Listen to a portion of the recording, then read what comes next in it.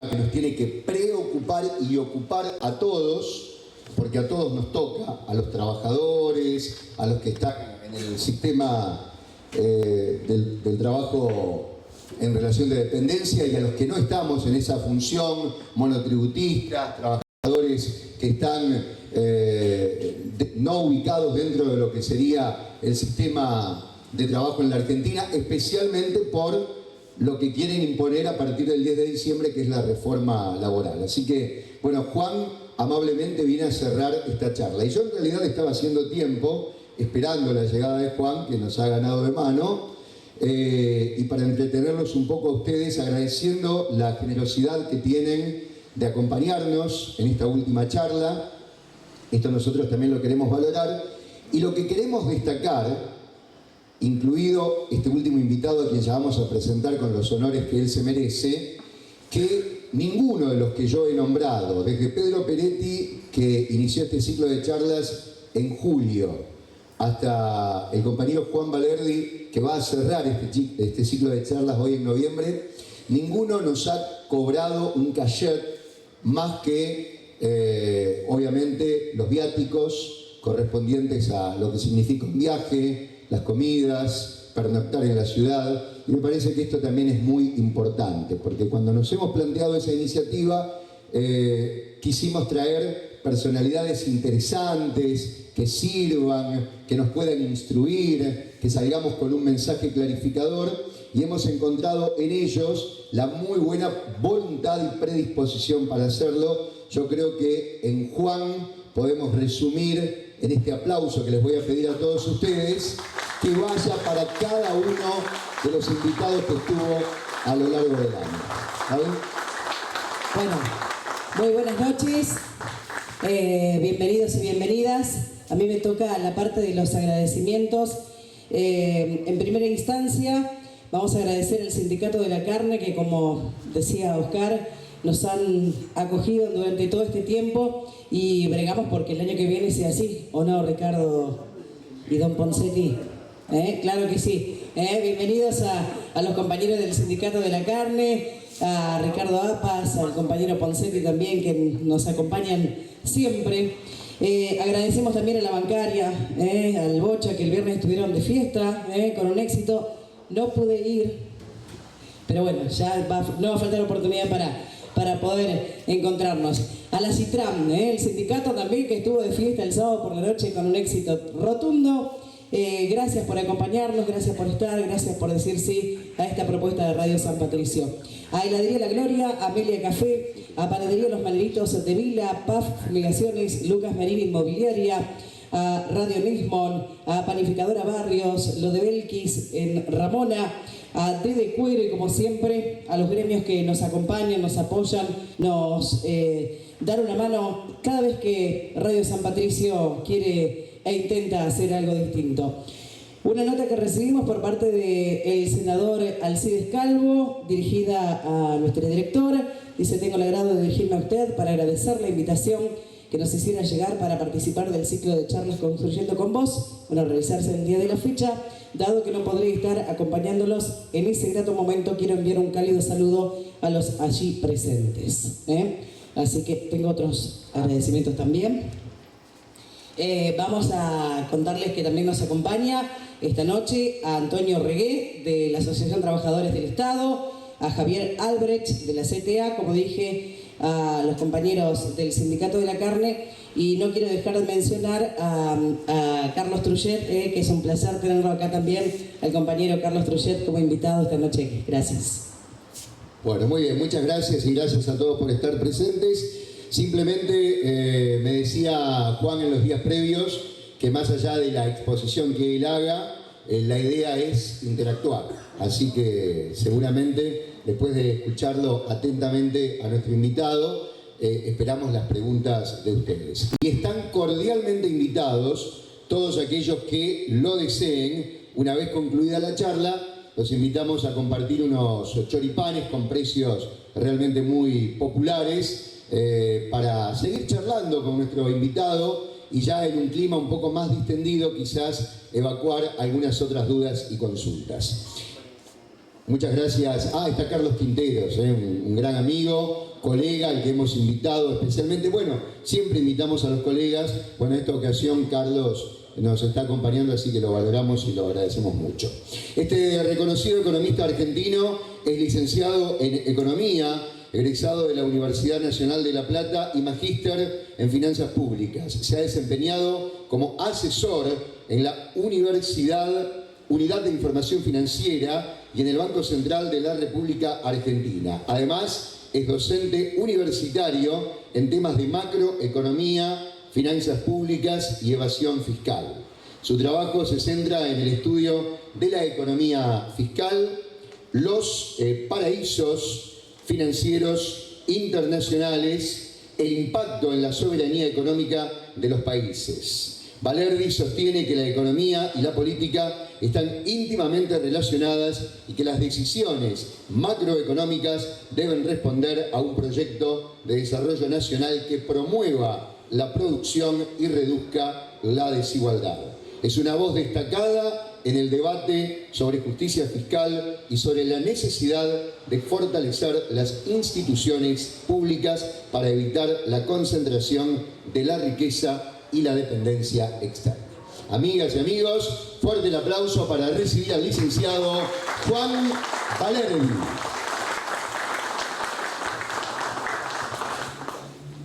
Bueno, buenas noches, es un placer estar acá, gracias a Oscar, a Gabriela, a Rodrigo, que todavía no lo vi porque no llegamos a tiempo al café, y a Daniel, que me trajo como chicharra de un ala en el auto. La verdad que es un placer haber podido venir acá a compartir charlas y, como dijo Oscar, la idea es un ida y vuelta lo máximo posible, así que la parte mía de monólogo va a durar poquito y va a ser para tirar un poco perspectivas de hacia dónde podría ir la parte económica de la Argentina, dadas las definiciones políticas que hay en los próximos años, y suponiendo y hablando un poquito sin ponernos como locos a hablar de la geopolítica, pero no podemos dejar de meterla, especialmente viendo lo que pasó en las últimas elecciones y los tweets de Trump y de Scott Bessent. Entonces, no podemos dejar de meter la geopolítica, pero miremos un poquito desde la Argentina al mundo y veamos hacia dónde puede ir y cómo podemos accionar cada uno en su esfera o en las esferas sociales, productivas y demás para elegir qué Argentina queremos y no por inercia o por decisión de otros hacia dónde va. Como les decía Oscar, yo estuve en la gestión pública en el Banco Central, en la Unidad Antilavado y en el Banco Nación, que lamentablemente estoy viendo cómo lo están detonando por dentro, como no se puede privatizar. Y tengo muchos amigos en el Nación, no en el Central, por cierto, que no fue un lugar agradable, y algunos en la UEF, los que quedan. Pero la idea es tratar de proyectar y ver esta Argentina, que tiene algunas definiciones políticas que aparentemente, como mínimo, van a estar redobladas por los próximos 2 años. Es decir, lo que vimos en los 2 años que llegaron hasta hoy y lo que veremos en los próximos 2 no solamente van a estar en sintonía, sino que seguramente van a estar potenciados, impulsados más fuertemente por este respaldo de las elecciones. Y entonces tenemos que tratar de construir una alternativa que, para mí, y esto lo podemos discutir después cuando haya interacción, tiene que ir de arriba para abajo y no hay forma de que baje de arriba para abajo. Tiene que ir de abajo para arriba, perdón. O sea, tiene que haber un debate público de dirigentes de la población y sobre todo dirigentes intermedios, sindicales, sociales, productivos, tanto del agro como de las pymes y demás, que de alguna manera vayan construyendo un diálogo y un consenso y un debate sobre todo en las cosas que nos podemos poner de acuerdo y no insistir en las que difícilmente nos pongamos de acuerdo. Pero creo que hay muchas más cosas para dialogar sobre la definición política de la Argentina, que va a dar pie, como decía Oscar, a las definiciones económicas. La economía es demasiado importante para dejársela a los economistas, dijo alguien alguna vez, que todos recordamos, y yo coincido siendo economista, que los economistas lo que tienen que hacer es, dada la bajada de línea de los políticos que representen a la mayoría de la gente, a la amplia mayoría, y que dejen adentro a toda la gente, no solamente a los que representan, adentro de ese proyecto de país, que los economistas hagan una sintonía fina, pero no que definan. Cada vez que un economista tuvo demasiado protagonismo definiendo la política o el proyecto de país, se nos complicó. Uno de ellos fue Pelado y Escabalo, y otro es el actual, y hubo algunos otros también que desde el costadito manejaban la política. Por eso yo uso las invitaciones a hablar de economía para hablar de política, porque es lo que en realidad debe definir la economía. Pero debatamos un poco hoy de política económica, de economía política, y les voy a contar un poquito los escenarios que estuve pensando para plantear hoy, muy gruesos. Con la invitación de Oscar me dio pie o una excusa para ponerme a charlar con gente de un espectro bastante amplio esos escenarios, desde gente que ha escrito libros sobre eso, como Marcelo Ullo, que es santafesino también, rosarino, y ha escrito La insubordinación fundante, que tiene mucho que ver con cómo se define un país para lograr desarrollarse, y que es todo lo contrario de lo que dicen los manuales de economía, por cierto, que hay que hacer. Hasta el ex ministro de Economía, Remel Lenikov, que fue mi último profesor de Economía de la Facultad de La Plata y que es amigo de amigos comunes y demás. Estuve debatiendo con ellos estos escenarios posibles, ahí tenemos mucha diferencia con todos los que hablé, pero creo que les traigo una buena síntesis para disparar un poco preguntas y diálogo y debate. Estoy totalmente dispuesto a que alguien me diga, no, estoy en desacuerdo profundo de ese escenario o de las posibilidades de que ese escenario ocurra y demás. Pero si suponemos que no pasan cosas muy disruptivas, sobre todo en América Latina, que podría ser, por ejemplo, que Estados Unidos invada Venezuela, lo cual es bastante disruptivo e implicaría un montón de cosas respecto de lo que voy a decir de Brasil, que tiene que ver además mucho lo que va a pasar con nosotros en cómo cierre o no un acuerdo Brasil con Estados Unidos. Si suponemos que no pasan cosas mucho más graves de las que ya están pasando en el mundo y en especial en Latinoamérica con Estados Unidos, y que no hay ninguna definición de la interna de Estados Unidos, que está absolutamente abierta y a cielo abierto, ¿qué pasaría si sigue 2 años más la proyección de política económica de Milei y compañía, e incluso, si Dios no lo quiera, 6 años más? Porque uno de los problemas de no tener un proyecto de país claramente definido y expuesto alternativo es que puede dar pie a que alguien que lo tenga, aunque sea nefasto, pueda estar 6 años contando a partir de ahora. Entonces, tenemos 2 años para construir un sólido y fuerte mensaje de este es el otro país al que podemos ir a parar. Pero pensemos ahora qué pasaría si eso no ocurriera. Entonces tenemos la versión ultra optimista, muy sintetizados todos ellos, y lo vamos debatiendo o me van preguntando detalles de lo que yo pienso de cada escenario. La versión ultra optimista que venden quienes promueven este proyecto de país y algunos especialistas, entre comillas, internacionales de geopolítica y demás, venden, por ejemplo, que la Argentina se podría convertir en una especie de Corea del Sur, que es un desarrollo por invitación, lo llaman, y que sería que las empresas de Estados Unidos multinacionales, que por cierto le está costando bastante a Trump que vuelvan a Estados Unidos, en vez de volver a Estados Unidos, o no solamente volviendo a Estados Unidos, también inviertan, tomemos entre comillas siempre lo de inviertan, en la Argentina. Aparentemente en los últimos días incluso hubo como una especie de bajada de línea de qué leyes y qué cambios pretenderían esas empresas para desembarcar en la Argentina. Y ahí la pregunta del millón es, para desarrollar Corea del Sur lo que se hizo es desarrollar una serie de industrias que no son solamente extractivas, como es lo que en principio se podría desarrollar en una versión limitada en algunos de los escenarios más pesimistas, sino una industria de todo tipo, incluyendo la tecnológica, pero también industria pesada y demás. Recordemos igual que para implementar eso, Corea del Sur tenía una dictadura y bastante pesada, digamos. Esa sería la versión ultra optimista, que tiene una serie de implicancias, pero teóricamente podría generar, si esto fuera así, y ahora voy a decir por qué pienso que es casi imposible, podría generar empleo para mucha gente y podría generar el aprovechamiento de desarrollos que la Argentina ya tuvo en cuestiones de educación, pero también tecnológica, de desarrollo industrial, de desarrollo aeroespacial y demás, cosas que se desarmaron en las últimas décadas, se intentaron rearmar y se volvieron a desarmar. ¿Por ¿Por qué pienso que esto es poco probable y casi imposible? Primero, las multinacionales, como les dije, no están volviendo a Estados Unidos. Las multinacionales estadounidenses, que en realidad, en general, no tienen una sensación o una pertenencia territorial muy marcada, sino que lo que quieren es ganar plata y además se han mezclado, ganar plata incluso poniendo sus plantas y sus empleos en China, y se han mezclado y entremezclado con los financieros.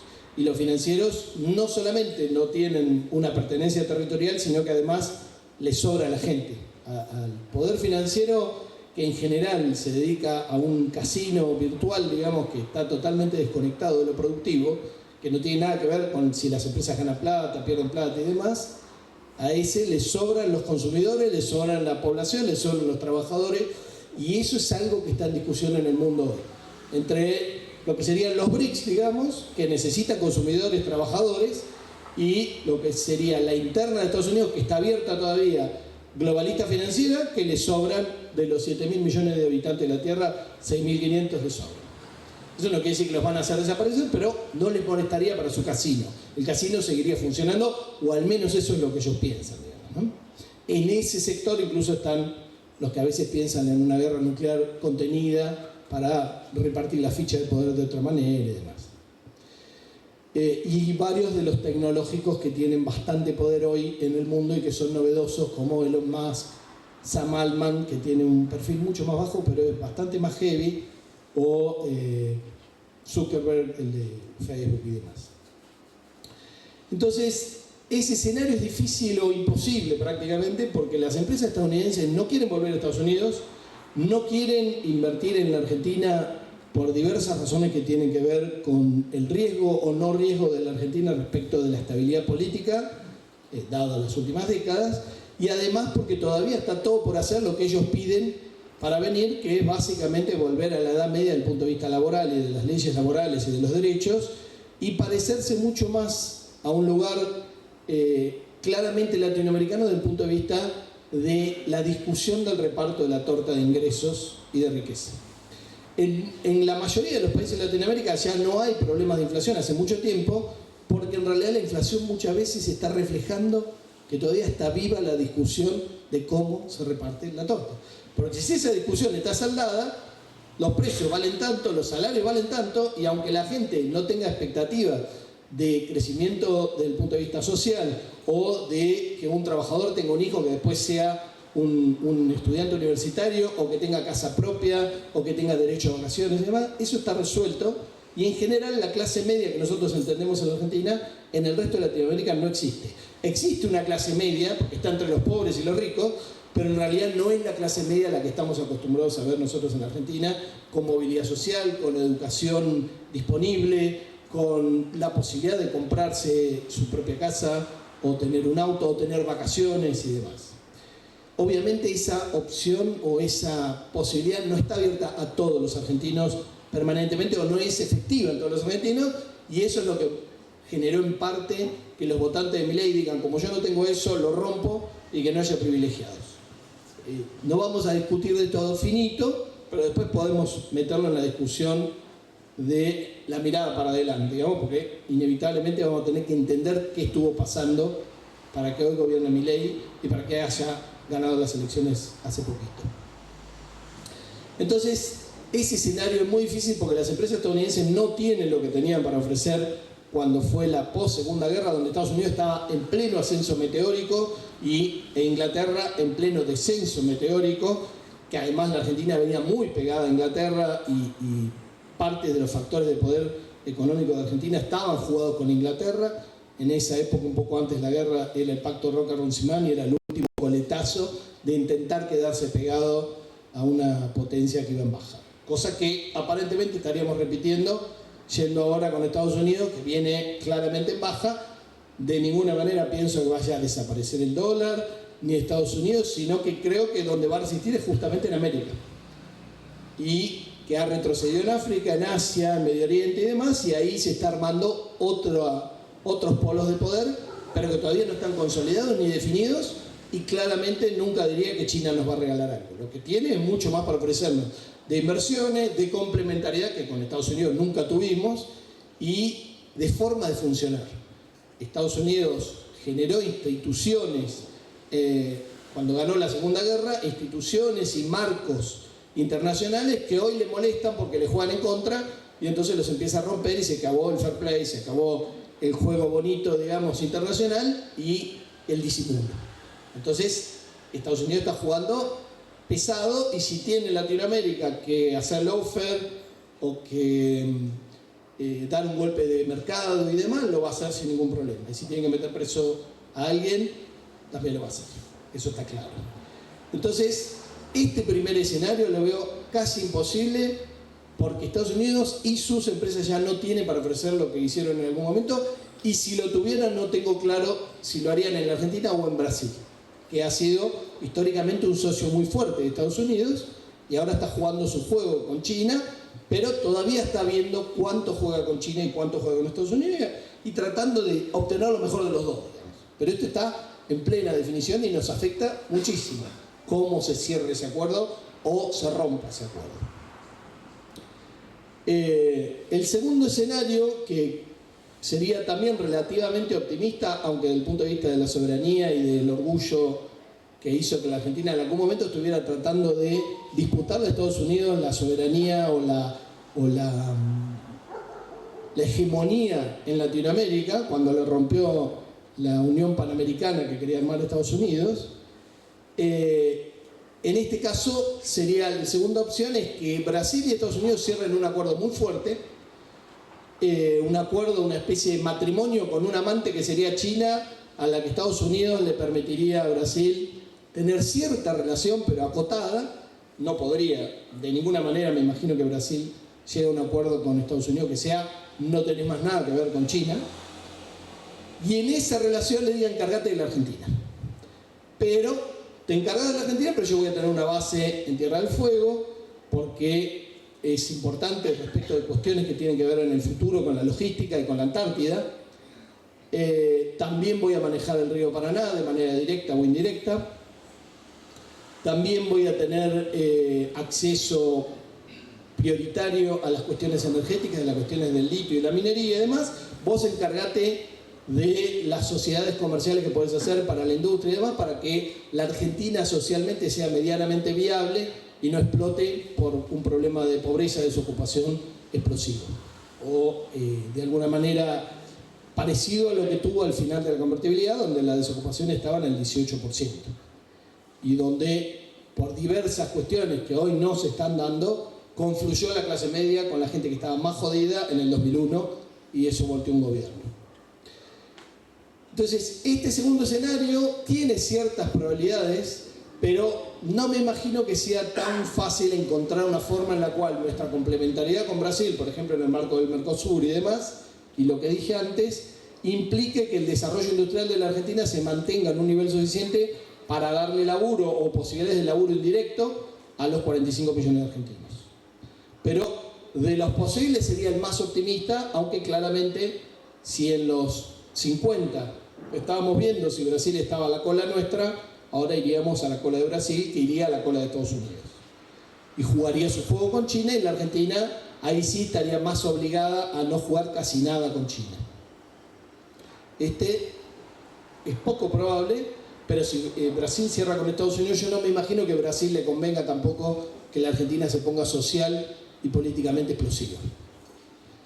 Porque ahí vienen los dos siguientes escenarios que son bastante pesimistas. Uno de ellos es que seamos lo que más probablemente, aparentemente puede ocurrir, es que se dediquen en la Argentina a una minería extractiva, a energía que no solamente se extraería para exportar, como el caso del gas, sino a aprovecharlo de alguna manera para enclaves que tienen que ver con la inteligencia artificial o con los grandes bancos de datos o con la minería de criptomonedas y demás, y aprovechar el frío de la Patagonia y la energía barata para eso, que obviamente genera menos 3 empleos, y algunos enclaves que tienen que ver con la agroindustria, aunque inicialmente yo soy bastante pesimista respecto de este escenario y cómo le iría al agro en general. Recordemos, los que tienen suficientes años, cómo le fue al agro en la época de la convertibilidad. Porque un tema que tiene el agro que es clave obviamente, tiene que ver con el tipo de cambio. Y este proyecto que yo estoy describiendo de colonia extractiva y demás, implica inicialmente un excedente de dólares, sobre todo porque el RIGI, que es el régimen por el que entrarían estas inversiones, implica que los primeros 4 años por lo menos hay que traer una parte de esos dólares. Después no, después se hacen lo que quieren con los dólares. Pero inicialmente existirían muchos dólares, con lo cual podría mantenerse este artificio de un dólar barato que le haría mucho daño a la agricultura y a la producción agropecuaria, como le hizo la convertibilidad, que recuerdo que en el 2000, por ejemplo, y demás, o en el 2001, había gente que estaba muy endeudada al borde de la quiebra. Estuve en el Banco Nación trabajando en el 2008 y todavía se estaban salvando del remate muchos campos de producción que venían, digamos, golpeados de esa convertibilidad. Y obviamente de la devaluación y demás. Entonces digo, este escenario inicialmente al agro le iría mal, eso permitiría, con un contexto totalmente diferente, la concentración de la propiedad en compra de los financieros relacionados con grandes fondos, la compra de grandes partes de la tierra de la Argentina, que junto con Ucrania son 2 de las pampas húmedas más relevantes del mundo desde el punto de vista de la producción de alimentos, y claramente ese proyecto de país no le daría trabajo a más que con suerte y obviamente en condiciones que son bastante latinoamericanizadas, 15 millones de argentinos. O sea, les sobrarían 30 millones de argentinos que tendrían que arreglársela con el tipo de rebusques de la informalidad y la economía subterránea que hay en el resto de Latinoamérica. Que no estoy haciendo un juicio de valor respecto de eso porque es lo que nos salva de la explosión social desde hace mucho tiempo en realidad. La economía que los organismos internacionales llaman la economía no observada, que yo digo no observada pero que la vemos todos, en la Argentina debe andar entre el 40 y el 50%, incluye a lo informal, a lo subterráneo y lo ilegal. La diferencia entre lo informal y el subterráneo es que los subterráneos son empresas que eligen estar con una parte o con toda su facturación en negro porque les conviene, porque hacen cálculo, como podría ser Techín bajando materiales de construcción en negro en un corralón, o La Serenísima, o no sé, las grandes firmas como Coca-Cola que bajan mercadería con supuestos canjes y demás. Entonces, ahí en los subterráneos hay un montón de grandes empresas y medianas empresas que lo hacen por cálculo. En lo informal es supervivencia. Entonces, en esa parte de la economía, obviamente también está la ilegal, ya sabemos que incluye eso, está casi la mitad de la actividad económica de la Argentina. En otros países como Bolivia son 2/3 o más del total de la actividad económica, es decir, es 2 veces el PBI de Bolivia lo que está ahí. Y en Latinoamérica en general son niveles altos, excepto en países que tienen una historia muy particular como Chile, que por cierto el modelo chileno al cual miraba Macri colapsó cuando colapsó el nivel al que se podía endeudar la gente. La gente se endeudó históricamente hasta acá, y cuando llegaron hasta el cuello, una pequeña gota rebalsó el vaso con una suba del valor del subterráneo que no podían pagar los estudiantes, que por cierto se tienen que endeudar muchísimo para estudiar en Chile. Recuerden también que los chalecos amarillos en su momento, que fue un caos bastante importante en Francia, fue por un aumento del combustible.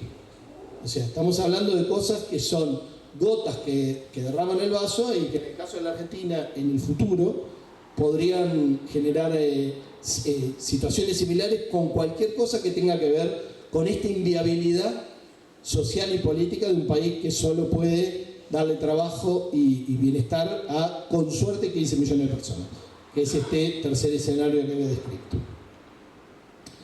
El cuarto, que es la pesadilla de quienes históricamente han temido que Inglaterra se salga con la suya y que aparentemente una de las intenciones que tenía, esto lo mencionó hace poco en un escrito, me contaron Cristina Kirchner, que es la balcanización de la Argentina. Es cortarla en pedacitos, es romper la integridad territorial y de alguna manera que esos pedazos tengan un loteo, que sea un loteo entre las potencias que tengan injerencia en la Argentina, sea Estados Unidos, Inglaterra por cuestiones históricas y complicidades locales, también podría ser Brasil, ¿por qué no?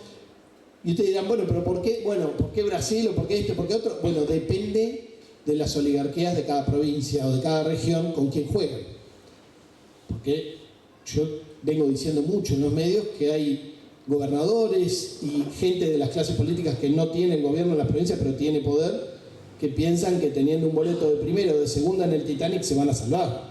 El problema es que la Argentina, en ese escenario que acabo de describir, que obviamente es el más pesimista, y que puede ser por una cuestión que venga de afuera o una cuestión que venga de adentro, de gobernadores o de clases políticas locales de determinadas regiones o provincias que piensan que les conviene salirse porque tienen recursos suficientes para que les vaya bien, cuando en realidad lo que están haciendo es bajarse el precio desde el punto de vista de la negociación y de la discusión de poder que tienen que hacer con las potencias y con las multinacionales, que hoy ya juegan a veces más fuerte que un país, incluso que un país como Estados Unidos. Entonces digo, esta discusión para alguien que se fraccionó o para alguien que achicó su potencia, claramente es lo contrario de lo que se buscaba en el Mercosur, que era buscar escala para negociar de otra forma. Entonces este último escenario es el peor, aunque a uno le toque una provincia que aparentemente tiene cierta riqueza, le va a ir mal porque el poder no deja vacíos, y en el momento en que haya una subdivisión territorial, que puede ser, como dije, de hecho o de derecho, porque podríamos seguir siendo una república pero funcionar de alguna manera como esto que acabo de describir. Y eso yo tengo la sospecha, yo pensé que lo iba a hacer Macri, pero Macri no quería tanto como Milei destruir el Estado de adentro, lo que quería era apropiárselo. En cambio Milei, efectivamente, como él dijo, quiere destruir el Estado, en especial el Estado Nacional. Por añadidura le encantaría a las provincias, pero si le son funcionales para este escenario que acabo de describir, lo que podría hacer Milei es restablecer y volver a poner sobre la mesa una discusión que desde que salió la Constitución del 94 está pendiente, que decía que en 2 años había que sacar una nueva ley de coparticipación. Y todavía estamos esperando. O sea, en el 94 la Constitución decía en 2 años hay que hacer la nueva ley, porque la anterior es un monstruo, es un Frankenstein que se hizo de un montón de parches y que implica un montón de picardía, por decirlo de alguna manera, que afectan a todas las provincias, pero es muy difícil que algo que tiene suma cero, es decir, si le doy a alguien y estoy sacando a otro, se puede discutir. Entonces, ¿qué puede hacer Milei para detonar el Estado Nacional, para liquidarlo y que solo quede como un Estado gendarme que se dedique a la represión y a un par de cositas más, y al orden internacional? Podría decir, bueno, del Estado Nacional voy a ceder de la coparticipación primaria, que es cuando llega la masa de guita que recaudó Arca ahora antes AFIP, una parte va para la nación y otra para las provincias, y ahí se discute cuánto le toca a cada una de las provincias y demás. Eso está históricamente establecido y viene de parches en parches desde el 83. Entonces, si la nación dice yo voy a ceder una parte importante de estos recursos y además voy a bajar impuestos nacionales y demás, y le doy a las provincias para que repartan y discutan de nuevo la coparticipación, lo que está en realidad haciendo es ir a ese escenario que acabo de escribir yo, de decir que cada provincia tire para su lado y que además tenga la sensación de que se puede salvar, cuando en realidad eso es prácticamente imposible dado la discusión que hay en el mundo hoy de poder. O sea, esta discusión que hay multipolar de China, Rusia, India, Brasil, que está jugando su juego de potencia, más allá de que hace algunos años Estados Unidos vio que estaba creciendo demasiado y le puso la botita arriba y lo metió preso a Lula y le hizo el lawfare, y lo primero que hizo Temer, después de darle el golpe a Dilma, lo primero que firmó fue quitarle la exclusividad de exploración a Petrobras en el presal, que es nuestro equivalente a la vaca muerta. Lo primero que hizo. Después se entregó la compañía que fabricaba aviones y después hicieron un montón de cosas, por ejemplo también retrasar muchos años, que todavía no está hecho, un submarino con tecnología nuclear que estaba haciendo Brasil con la empresa Odebrecht, casualmente, y otros proyectos que estaba haciendo que lo proyectaban como potencia. Entonces digo, esto lo menciono porque ya mencioné que dependemos mucho de cómo cierre o se pelee Brasil con Estados Unidos. Yo no veo que se vaya a pelear y cortar mano, cortar fierro, pero tampoco creo que el acuerdo sea incondicional y tipo felpudo, que es el acuerdo que tenemos hoy nosotros, ¿no? Lamentablemente es un acuerdo que básicamente es todo por casi nada. Como dijo el secretario de Tesoro ayer, creo, en Argentina no le dimos un rescate, sino que estamos ganando plata. No dijo quién está ganando plata, claramente el Tesoro debe haber ganado algo de plata, pero seguramente gente para la que trabajaba Scott Bessent antes, como Toto Caputo, también está ganando mucha plata porque tiene información de qué van a hacer en cada momento un ratito antes, ¿no? De allá y de acá, la información. Entonces digo, estos serían los 4 escenarios que se me ocurre plantear como posibles si seguimos derecho. O sea, si seguimos, y no derecho por sujetos a derecho, sino derecho con lo que está pasando hoy. Y alguien me diría, bueno, ¿y qué proponés? Entonces, tengo mi alma mater profesional, que es Jorge Gallero. Antes me criticaba porque era demasiado el uso, y ahora me critica porque no propongo. Entonces, como estuve hablando con él, la propuesta que para mí insistentemente vengo diciendo es que el proyecto de país se tiene que debatir de abajo para arriba, que no puede venir de arriba para abajo por varias razones. Primero, porque nadie está tan clarificado respecto de qué es lo que desean los argentinos como proyecto de país inclusivo, y que vayan a respaldar después porque se sienten parte de los que lo diseñaron, los que lo discutieron y los que lo debatieron. Y segundo, que justamente en ese debate van a surgir los líderes. O sea, en el debate inicial surgirán unos líderes intermedios, después unos líderes más hacia arriba, y en algún momento dado va a surgir un líder que es el que dice, bueno, muchachos, ya nos pusimos de acuerdo en el rumbo, vamos para allá, ahora déjenme a mí, y no podemos hacer una asamblea permanente. Y entonces le baja línea a los economistas, le baja línea a los que tengan que bajar la línea de qué es el rumbo que tiene la Argentina. Pero la Argentina hace varias décadas que está con un rumbo que es 180 grados, o cuando no está, a como nos lleva la corriente. Problema que Brasil no tiene. Brasil lo puede tener a un tipo como Bolsonaro o alguien como Lula, y desde el punto de vista de las relaciones exteriores o de su proyecto industrial no se mueve más de 2 grados. Nosotros nos movemos 180 grados cada vez, cuando además sabemos medianamente para dónde es el rumbo, que no siempre está claro. Entonces, creo que ese debate, más allá de que hay que acompañarlo, de que hay que, de alguna manera, generarle la información para que sea un debate que no sea solo un griterío o una charla de café, ese debate se lo está viviendo en la Argentina hace varias décadas. Y es el que puede determinar, como les dije, los líderes que después encarnen la oposición a este proyecto, idealmente dentro de 2 años. Para que esto no siga 6 años, porque si no, cuanto más tiempo pasa en este proyecto, más difícil es retomar el rumbo hacia un proyecto que incluya a los 45 millones de argentinos. Entonces, este diálogo, este debate, que obviamente puede empezar con cosas como la que estamos viendo hoy, que por eso no quiero que sea un monólogo y ya estoy terminando mi parte, digamos, mi parte al menos hablando solo y no respondiendo o debatiendo, tiene que estar relacionado con los medios de comunicación como el que Oscar encabeza y todo su equipo pone a disposición de la gente para que lo escuche, y muchos otros proyectos que hay de comunicación y de espacio de discusión en el sindicalismo, en las dirigencias industriales y agrícolas, en los dirigentes sociales, porque uno muchas veces, tanto en el sindicalismo como en los dirigentes sociales, como en los medios, tienen más expresión normalmente los que están siendo atacados por distintas cuestiones que tienen que ver con egos o que tienen que ver con ganar plata. Pero no es lo representativo de la totalidad. Son los que más muestran el hacha, tal vez. Como yo, que me he trenzado, y tal vez terminemos hablando del tema, entre ayer y hoy, con el tema de la propuesta de Álvarez Agis. A veces trato de no hablar de la coyuntura, pero a veces me sale porque no lo puedo evitar, y cuando alguien hace una propuesta que claramente está sponsoreada, pero que no lo dice, me sale un poco la sangre vasca y se me complica.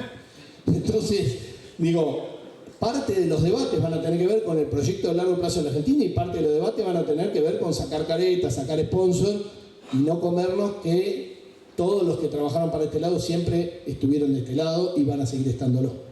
Entonces, eso también tenemos que tener cuidado, porque a veces son más peligrosos que los que están enfrente y tienen cara y dicen lo que son, como Toto Caputo, como Sturzenegger y otros personajes, ¿no? Bueno, dicho todo esto, les cedo la palabra para que pregunten, discutan, me contradigan o lo que sea, y vamos hilando, porque a mí lo que me interesa también es ir viendo qué es lo que les pica a ustedes, y ahí sí podemos entrar en algunos temas de la coyuntura, porque hay muchos de ellos que implican cuestiones de esto que hablé y hacia dónde vamos, pero les quiero dar participación justamente para eso, para que sea un ida y vuelta y para que no quede como un monólogo. Merecido aplauso para nuestro destacado invitado Juan Valerdi. Como dijimos en el inicio de esta charla, hoy tenemos una variedad de asistentes, dirigentes gremiales, gente que está íntimamente ligada al deporte, colegas de la comunicación, están los representantes de los jubilados, que te cuento, Juan, dan su batalla aunque sean 5, 6 o 10, todos los miércoles aquí en la plaza de nuestra ciudad, no les pegan, como lamentablemente ocurrió esta tarde nuevamente en Buenos Aires, gracias a Dios, pero sí dan la lucha y la batalla. Tenemos empresarios, comerciantes, bueno, hay una variedad y el debate está abierto, amigas y amigos, para que hagan las preguntas, dirigentes políticos también, que nos están acompañando. Podemos hablar, repreguntas de todo lo que dijo Juan o hacer algunas otras incluso que vayan surgiendo. Micrófono abierto para el que quiera y se anime a generar esta ida y vuelta, ¿sí? Cristian Winkelried, secretario general de la bancaria. Bueno, un gusto saludarte y bueno, la verdad que para nosotros es un honor también tenerte aquí en Rafaela. Y la verdad que escucharte, te digo que da miedo preguntarte, ¿no? Porque se nota que sabes de todo.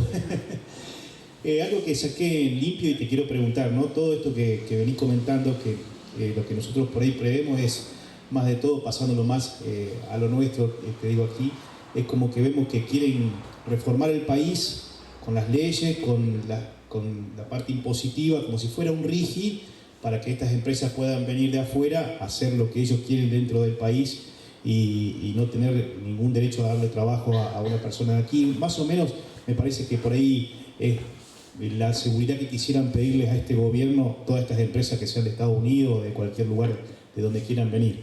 El tema es, todo esto es en el tiempo hasta que pase, no en el mientras tanto. ¿Cómo lo ves vos cuando tenemos una sociedad hoy que vos hablas con un comerciante que sabés que no está llegando ni a pagar la luz, ni a pagar los impuestos, un jubilado que no llega, que no hay trabajo, que los jóvenes no tenemos trabajo? Es ahora, en el inmediato, donde preveemos que va a ser estos 2 años que vienen de ajuste, porque va a ser un ajuste donde le dicen que el tipo de cambio va a estar en estas 2 bandas y tenés a estos buitres que vienen de afuera que cambian los dólares a 100 pesos, los meten en el mercado, hacen tasas del 50%, vuelven a cambiarlo, hicieron tasas abismales en dólares y se lo llevan y no le dan trabajo a nadie.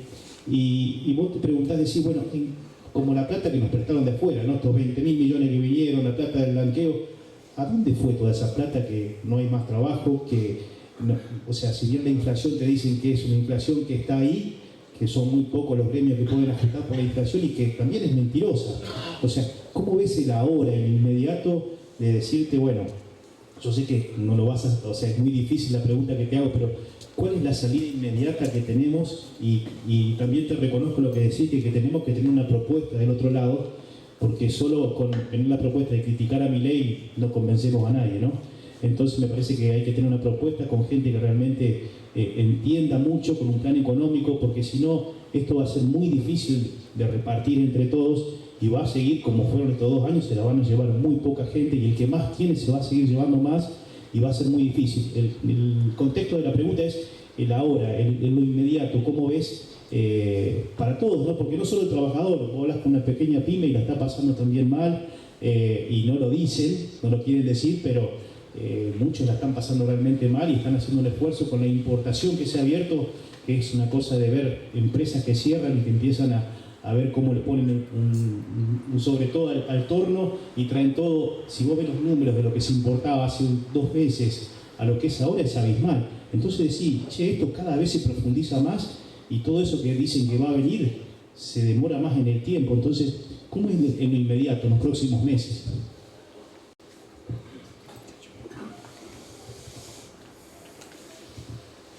Bueno, antes que nada me olvidé del tema de los clubes que vos mencionaste ahí y de los jubilados, que son otros entornos en los cuales se pueden dar estos debates.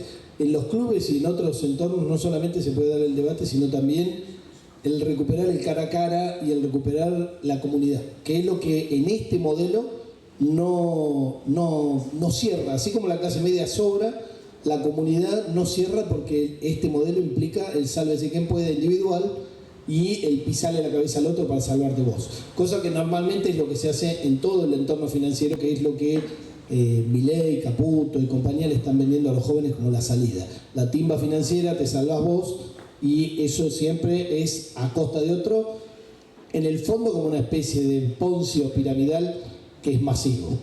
Pero yendo al punto que mencionabas vos y haciendo una advertencia, yo hablé acá de las implicancias que tendría, por ejemplo, para el sector agropecuario, los modelos más pesimistas de los que yo hablé, y aún en los optimistas, si hay un sector que claramente ya se está concentrando en el mundo, en Estados Unidos día a día se está concentrando y que en la Argentina tiene mucho para perder, son los bancarios.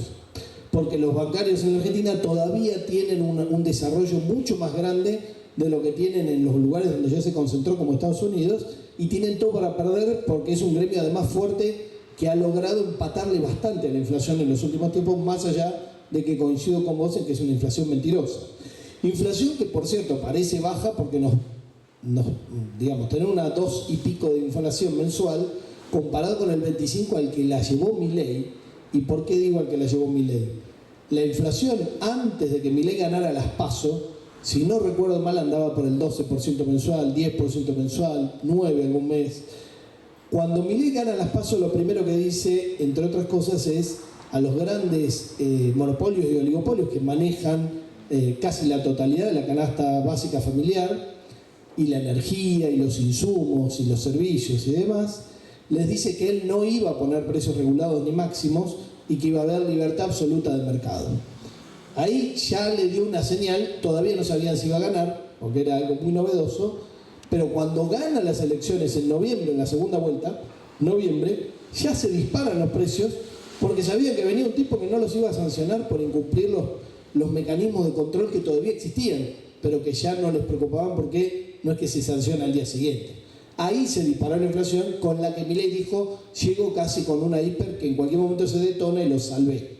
Entonces nos salvó de lo que él mismo ocasionó, que era el 25% de inflación en diciembre del 23, y solo nos trajo al 30% anual, pero que la mayoría de los gremios pierden contra ese 30% anual porque lo que están negociando es que haya menos despidos de los que ya hay, y algunos con suerte le empatan si tienen suficiente potencia para negociar, pero todos los que están en la informalidad claramente están perdiendo, los jubilados están perdiendo, y muchos otros que dependen de las decisiones del Estado, como los universitarios, los profesores universitarios, como es mi caso, perdimos bastante. Sobre todo se perdió en ese trimestre. Diciembre del 23, 25%. Enero, 20%. Febrero, 12%. De eso no se recuperó ninguno de los que mencioné. Inclusive los trabajadores formalizados con gremios fuertes y demás. Entonces, en el corto plazo, ¿qué quiere decir? Los próximos 2 años, el panorama es que lo que ya vivimos va a ser peor porque no hay tanto margen de los que medianamente tenían algo acumulado de momentos previos. Porque en momentos previos el Estado jugaba en favor de la gente, con más o menos jugársela, digamos. Porque en la época de Alberto yo fui bastante crítico de Alberto, de Guzmán, de Culfas y demás. Entre otras cosas porque, por ejemplo, con la pandemia se cobró un impuesto a las riquezas extremas que se cobró poquito en cuotas y pidiendo perdón. Estábamos en problema, digamos, porque si en una situación tan extrema como esa era la forma de cobrarle una micronésima parte a los mega ricos, quiere decir que el Estado estaba demasiado tímido para cambiar un poco las cosas. Pero la gente más o menos en una cantidad importante podía llegar a empatarle un poco la inflación y no estaba tan jodida como está en los últimos tiempos, y va a seguir estando porque ¿cómo podría haber recuperación de salario, jubilación? Bueno, las jubilaciones que dependen del Estado claramente van a hacer lo posible por achicarlas, por detonarlas y por detonar todos los derechos de jubilatorios cuando hagan la reforma que quieren hacer ahora. Pero los salarios que dependen de lo privado dependen de que haya consumo y el consumo o inversión. La inversión no ocurre porque no hay consumo, y el consumo no ocurre porque el mercado interno depende de los salarios, las jubilaciones y de los ingresos de los argentinos, que están detonados desde ese trimestre y que vienen pisados porque el gobierno juega en favor de los grandes empresarios como Galperín o como las multinacionales, y no de la gente. Y de hecho le ha puesto techo a algunas paritarias porque estaban demasiado fuera de línea, incluso cuando la patronal ya había aceptado. Entonces digo, ¿para quién juega el Estado? Es muy importante. Que el Estado juegue en contra de la gente y de los trabajadores es grave, y cuando juega neutral es como si estuviera jugando en contra. Eso, o cuando juega tímido. Así que yo no estoy, esto va a quedar grabado y va a salir en muchos lugares, yo en general no hablo para ser amigo ni para postularme a que la clase política me adopte. Yo hablo para decir las implicancias que tienen las tomas de decisiones desde el Estado y cómo juega el poder del Estado. Si esto está pasando, digamos, hoy, y el rumbo es ese, y las elecciones hacen que el gobierno tenga la sensación de que se lo respalda por eso, más allá de que el 40% que sacó el gobierno es el 25% de los habilitados para votar, y es el 20% de los argentinos. Porque yo el domingo que ocurrió las elecciones estaba enojado, deprimido, preocupado, porque dije, si el 40% de los argentinos vota a alguien que está haciendo lo que está haciendo este gobierno en el último año y medio, estamos jodidos. Después tomé conciencia de estos números que acabo de tirar, que me dirán, bueno, pero para los demás partidos también se achica la cosa. Entonces, los que votaron otras opciones son 20%, el peronismo y demás, si los juntamos todos. Está bien, pero ya no es el 40% de la población los que están suficientemente desquiciados como para tirarse un tiro en los pies o suicidarse política y socialmente con este gobierno y con lo que es este gobierno proyectado. Porque este gobierno convenció a la gente de que lo mal que está hoy lo tiene que aguantar porque es parte del pasado y no del presente. Y lo mal que está hoy responde mucho más al ajuste brutal que el mismo Milei y Caputo y Sturzenegger dicen que es histórico en el mundo, porque efectivamente es así. En otros países hubieran prendido fuego toda la gente. Cuando el reparto de la torta de ingresos cambia tan abruptamente como está cambiando en la Argentina en los últimos 10 años, en otros países prende fuego todo. Y acá cambió. Y sin embargo, le quemaron la cabeza a suficiente gente como para que además lo voten y le digan seguir por acá. Entonces, uno de los problemas fundamentales que tenemos es hacer consciente a la gente que le ha votado a Milei, no a todos obviamente, habrá una parte que es imposible, pero una parte importante de que ese futuro que vendrá dentro de 30 años, primero, no hay posibilidades de esperarlo porque en el medio está esto que decías vos. ¿Qué hacemos mientras tanto?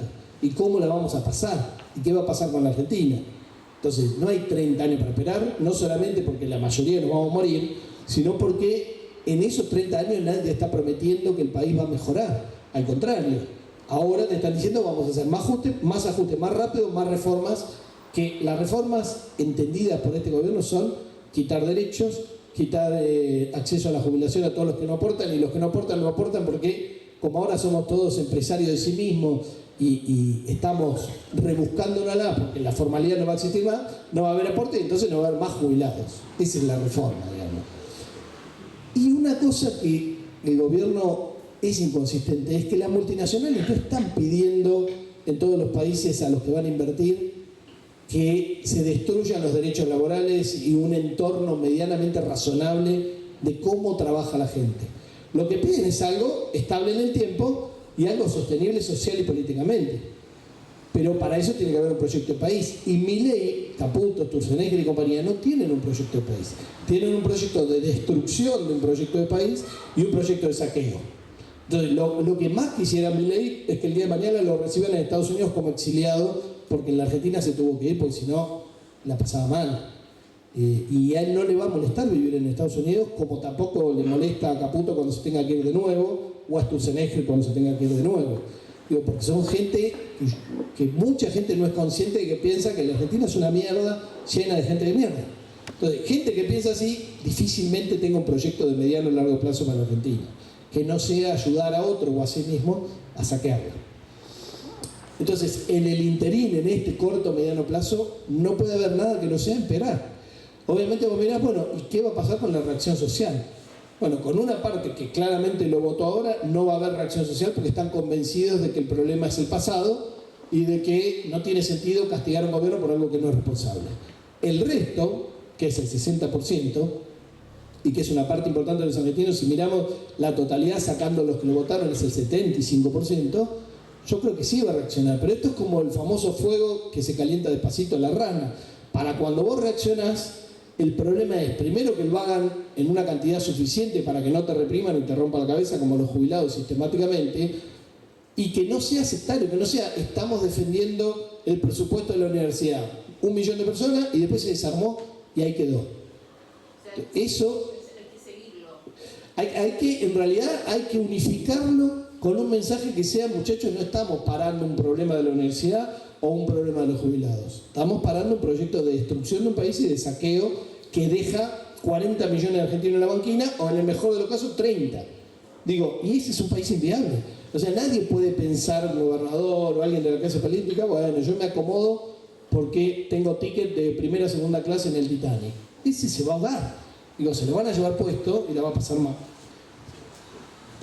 Un momentito, antes de continuar vamos Está por acabar la batería. cambiar las baterías del único... Si ustedes vinieron con mucho hambre, entonces es probable que nosotros con la venta de los choripanes podamos comprar un micrófono más. Un micrófono de repuesto. Dicen que el que no llora no mama. Y es un chiste para romper el hielo hasta que les cambiamos las pilas al micrófono. Hablaba de los bancos, nosotros lo vemos, la realidad que lo que creemos que va a venir ahora es el tema de la venta de Banco Nación, YPF, van a meter todas esas empresas que quedaron fuera de la ley bases, van a tratar de hacer la caja, porque valía 30.000 millones de dólares en su momento, y van a empezar a hacer plata a todas esas empresas que quedaron fuera de la ley base. Me parece que en diciembre me parece que una de las cosas que van a querer empezar a juntar dólares hasta que va a ser una de las cosas que prevemos nosotros que pueden llegar a pasar. Ahí le contesta Juan. Sí, dale. Yo creo que las que no pudieron incluir en las privatizaciones es más probable que las autodestruyan desde adentro, que las hagan inviables, como en su momento hace mucho tiempo se hizo con aerolíneas y como están tratando de hacer con el Banco Nación, por lo que veo, que es como un boicot interno que hay, obviamente con cómplices, como hay cómplices en Argentina que juegan para afuera o que juegan para gente que la quiere hacer inviable.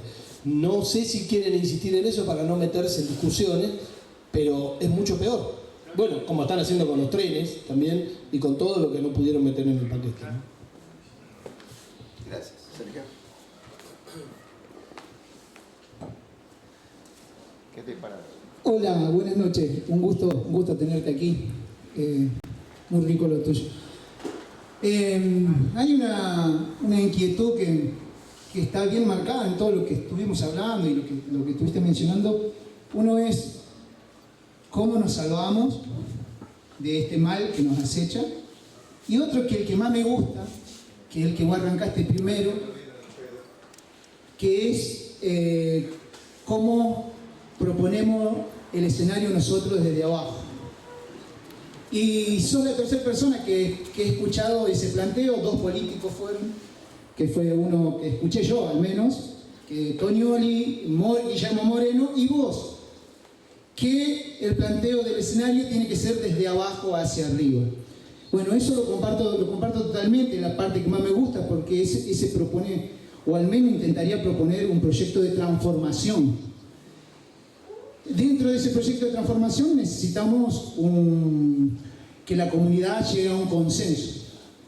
Pero tenemos un enemigo terrible que no lo podemos dejar de lado, que es la grieta. Yo soy muy optimista, considero que 3 o 4 puntos tenemos todos los argentinos en común, que al menos es un salario, una educación, una seguridad, y unos puntos más que tenemos en común. Ahora, ¿cómo logramos ese consenso? ¿Cómo logramos sentarnos a debatir eso para poder plantear un escenario de transformación desde abajo hacia arriba? ¿Cómo lo logramos como sociedad? Si bien conozco casi toda la mayoría de los que estamos acá, todos comulgamos más o menos con la misma ideología, pero está más que claro que para un proyecto de país necesitamos comulgar entre todos. Y eso es un debate fuerte que debemos plantear, un escenario que yo considero que es necesario, que la transformación sea desde abajo. Desde arriba solamente nos estamos sometiendo a quien nos hace menos daño. Y cuál sería el proyecto de país nos llevaría a ese planteo. ¿Cómo logramos esa comunión para empezar a plantearnos eso?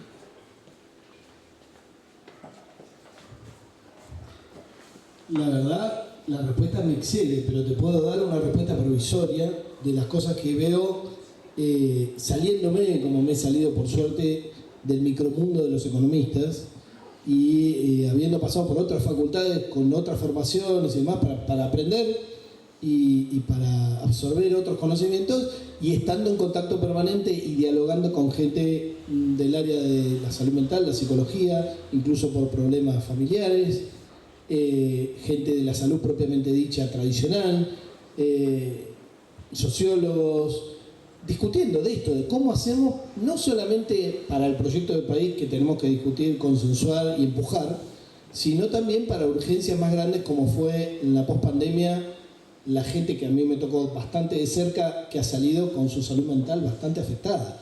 En algunos casos más leve y en algunos casos mucho más grave, pero ha sido la segunda pandemia. Primero vino la pandemia del virus y después vino esta pandemia que algunos podemos decir, bueno, a mí no me tocó, pero que para que no le haya tocado no tiene que tener nadie cerca que se haya entregado a la depresión o a una ansiedad que lo tiene galopando o a las cosas más graves que tienen que ver con ya medicar una esquizofrenia o una paranoia o lo que sea.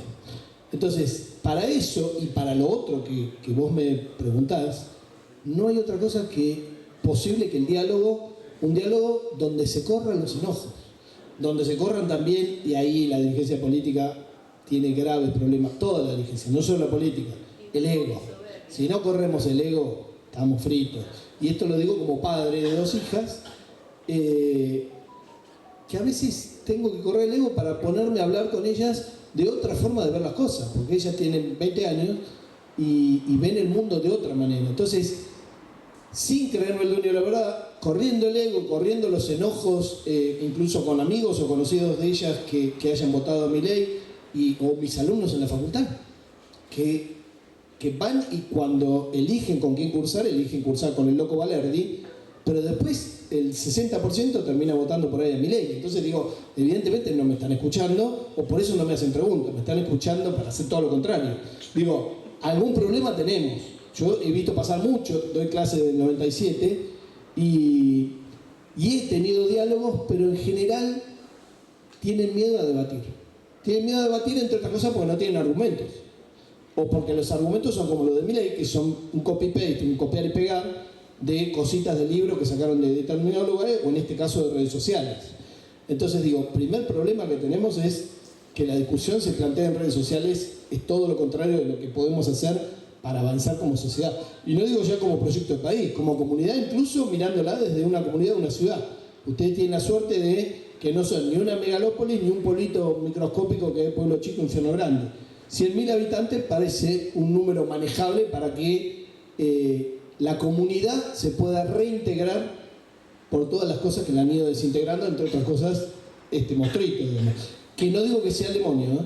Hay un montón de cosas que nos permite el celular y una serie de cosas que habilitan las redes sociales que nos permite, por ejemplo, convocar esto. Digo, lo que no podemos permitir es que el debate o la forma de generar consensos o proyecto de país pase por acá porque estamos fritos. El cara a cara en los clubes, que es lo que me había olvidado, los clubes tradicionales o los clubes de jubilados, los sindicatos, los espacios como estos que convocan una radio y un equipo de gente que está tratando de generar otra forma de hablar del futuro y de construir el presente, porque lo que decía él también es importante, miremos el proyecto de país para futuro, pero no nos olvidemos de que hoy está pasando el hoy y algunos la están pasando muy mal y se nos pasa el tiempo, digamos. Entonces, tenemos que mirar hacia dónde queremos ir, pero discutiendo, debatiendo y todo, volviendo a ponerle a la palabra discusión un sentido positivo, porque desde la dictadura cívico-militar de los 70, el debate y la discusión era pelea y además era algo que te podía llevar a tener graves problemas.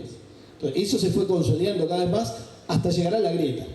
La grieta es el extremo de decir, el enemigo está acá dentro de la Argentina, de esta ciudad o de donde sea, y es el otro, que es mi cuñado, mi primo, mi vecino o el que sea, porque votó a tal o porque sostiene tal cosa. Bueno, tenemos que corrernos de ahí. Y eso va a implicar un montón de esfuerzos que son esfuerzos personales, esfuerzos comunitarios, esfuerzos de los dirigentes y demás, pero es la única que podemos hacer. Pero digo, soy un humilde economista y no tengo la fórmula, pero lo que tengo claro es que va por ahí. ¿Cómo? Lo vamos a tener que ir viendo. Pero hay que recuperar el que el humano sea prioridad, digamos, porque si la deuda o la tecnología de la inteligencia artificial o el celular o las redes son la prioridad, estamos fritos. El que no crea eso, mire Black Mirror y tiene un montón de ejemplos de para dónde iríamos. Además de mirar un poquito la realidad y cosas que ya pasaron post pandemia, digamos, ¿no? Pero digo, yo confío en que la gente tarde o temprano se vuelve a juntar porque hace muchos miles de años que la salida de la supervivencia pasó por ahí. El que se jugaba al individual era excluido. A partir de que empezamos a cultivar y dejamos de ser recolectores, se empezó a complicar porque empezó a ver el mío y el mío, el tuyo y la línea divisoria. Antes no había, el recolector no podía andar llevando muchas cosas. Entonces, hace 10.000 años empezó esto de la desigualdad. Obviamente, en las últimas décadas se magnificó y en los últimos años ni hablar. Pero digo, históricamente, la formación de económicas no me dio mucha historia, la vi después con amigos que me fueron rumbeando. Uno tiene cierta expectativa de que la gente termine jugando comunitariamente y no jugando el sálvese quien puede individual. Pero no es fácil, porque esto y muchas de las cosas que te van taladrando, y sobre todo la juventud, está por la salida individual de sálvese que puede, y si es posible pisándole la cabeza al otro. ¿Ah? Entonces, digo, tenemos que ver toda la forma posible, como padre, como dirigente, como maestro, profesores, docentes, como alguien que está en un club o en un lugar de jubilados, de reconstruir un montón de vínculos que están destruidos o que están bastardeados, digamos, y ya no tienen el valor que solían tener. Y con esto no digo, no, tenemos que volver a la vida de la familia Ingalls. No, no hay familia Ingalls. Pero digo, pero tampoco irnos al otro extremo de que los vínculos son solo intermediados por esto y no hay más el juntarse a discutir, a charlar y demás, ¿no? Y que toda discusión termina en pelea. Me parece que había alguien allá, Sí, acá. y después había alguien allá. Vamos a hacer, Sí, ahí le doy a Jorge, después te doy a vos, Horacio, y después cerramos allá. 3 últimas preguntas. Gracias, Oscar. Bueno, buenas noches, Valerdi. Vos dijiste en un momento con el cual coincido que la economía se explica desde la política, no desde los políticos. Desde la política y menos de los economistas. Coincido totalmente. Vivimos protestando, declarando que mira esto, que mira lo otro, que desastre esto, que desastre lo otro. Ahora, ¿dónde empezó todo esto? Esto que vivimos hoy, con distintas variantes, distintos altibajos. Hace 50 años. El año que viene 50 años. Vos lo mencionaste recién. 1976. Desde ese momento cambió el modelo de un Estado productivo, de una nación productiva, a una nación especulativa y financiera, que se proyecta hasta nuestros días. Si no tenemos en claro eso, por más que discutamos abajo, debatamos, no tenemos salida, porque equivocamos el enemigo y el origen de todo esto. Más allá de algunos detalles, prácticamente éramos Argentina potencia en el 75, o la década del 70, 73. Pero ¿qué teníamos? Herramientas. Y una de las herramientas fundamentales, por supuesto muchas más que eran complementarias, era la Ley de Entidades Financieras del gobierno justicialista de ese momento, la 20520. Creo que vos la conocés mejor que yo. Que lo primero que hizo Martínez de Oz es eliminar eso, esa ley con todos los demás, por supuesto. Pero ese es el origen del problema. Porque si no debatimos eso, por supuesto, coincido con los compañeros, que mañana tenemos que comer. No podemos esperar 1 año, 2 años, 20 años. Pero si no tenemos en claro primero eso, estamos equivocados. Y de eso, el gobierno, o los que nos decimos justicialistas, yo soy justicialista, no soy pejotista, le tengo que endosar mucha responsabilidad. Porque, permítanme el término, se cagaron en eso. Y discúlpenme el término. No se debatió eso. Se debatió o se quiso emparchar. Siempre, pero con el mismo modelo financiero, que llegamos a esto. Entonces, el problema es ese. Por supuesto, hay muchas más leyes. El general Perón en el 73 dijo concretamente y presentó 13 leyes que abarcaban todos los aspectos. Por supuesto, totalmente contrario a lo de hoy. ¿Sí? Por eso fuimos lo que fuimos y por eso el motivo, más allá de otros obviamente agregados, del golpe militar. Entonces, si no tenemos eso en claro, y creo que vos como economista y que estuviste vinculado a los bancos, y aparte otra cosa, como gobierno justicialista eliminamos todos los bancos provinciales. El Banco Nacional de Desarrollo, el Banco Santafesino de Inversiones y Desarrollo, el Banco Provincial de Santa Fe, para poner ejemplos. Entonces ahí tenemos que hacer Ahí tenemos que discutir y debatir y sacarle la careta a muchos. Gracias, nada más.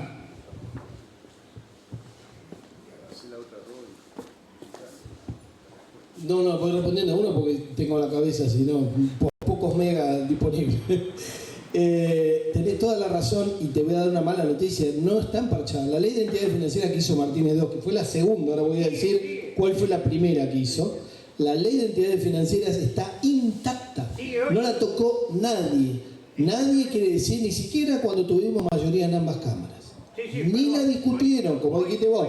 Intacta. Y yo lo he reprochado públicamente en muchos medios, lo cual no me gana muchos amigos en el ámbito de los que estuvieron con mayoría en ambas cámaras, que en ese momento se decía que era una escribanía. Bueno, esa ni se discutió. ¿Y qué se hace con el ahorro de los argentinos y a dónde va a parar y para qué está el sistema financiero en un país? Define muchísimo. De hecho, voy a volver a citarlo, Marcelo Bullo, que escribió libros sobre cómo se desarrollaron Corea del Sur, Inglaterra, Estados Unidos, Alemania, Japón, cómo se desarrollaron. Una de las cosas que menciona es cómo pusieron el ahorro al servicio del desarrollo de ese país y no de la timba y del saqueo externo, que es lo que viene en la Argentina ocurriendo desde el 76 y es lo que explica en parte por qué se usa el dólar como forma de ahorro y por qué se usa el dólar como referencia de valor y no el peso. No hay una tara de los argentinos, no hay una economía bimonetaria. Y esto también me engranjea muchos enojos de algunas personas. Hay una economía que tiene a su moneda atado a un sistema financiero que es un sistema financiero de bicicleta y saqueo. Donde claramente, por ejemplo, se puede ver en Plata Dulce cuando dicen deja de producir y dedícate a la timba financiera, que es donde está todo. Federico Lupi y del otro lado un actor que se me acaba de escapar. De Gracia. Gracias. Entonces digo, esa es clave. Ahora, la otra ley que la sacó antes, ¿cuál era? La ley de inversión extranjera.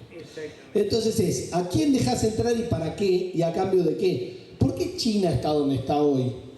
Porque cuando le dijo, sí, Kissinger, juguemos al ping-pong con el presidente tuyo, qué sé yo, traigan las inversiones, pero con intercambio de tecnología. O sea, vos me vas a enseñar a mí a hacer lo que hoy sabés hacer vos y venís a hacerlo acá con mano de obra barata. Entonces China, después de 14 planes quinquenales, está donde está hoy disputándole la frontera tecnológica a Estados Unidos. No se quedó viendo que le traiga la inversión y que después cuando se vaya no quedó nada. Entonces, digo, la ley de inversión extranjera de los militares, esa no está intacta. Y te voy a decir por qué la empeoró Cavallo. Porque la ley de inversión extranjera que hicieron los milicos dejaba algunas zonas que tenían que ver con cosas de defensa y de soberanía que no permitían que entraran los extranjeros. Por ejemplo, comprar tierras en zonas relacionadas con la soberanía y con la frontera, y por ejemplo, armamento o industria pesada y demás, no lo dejaban entrar.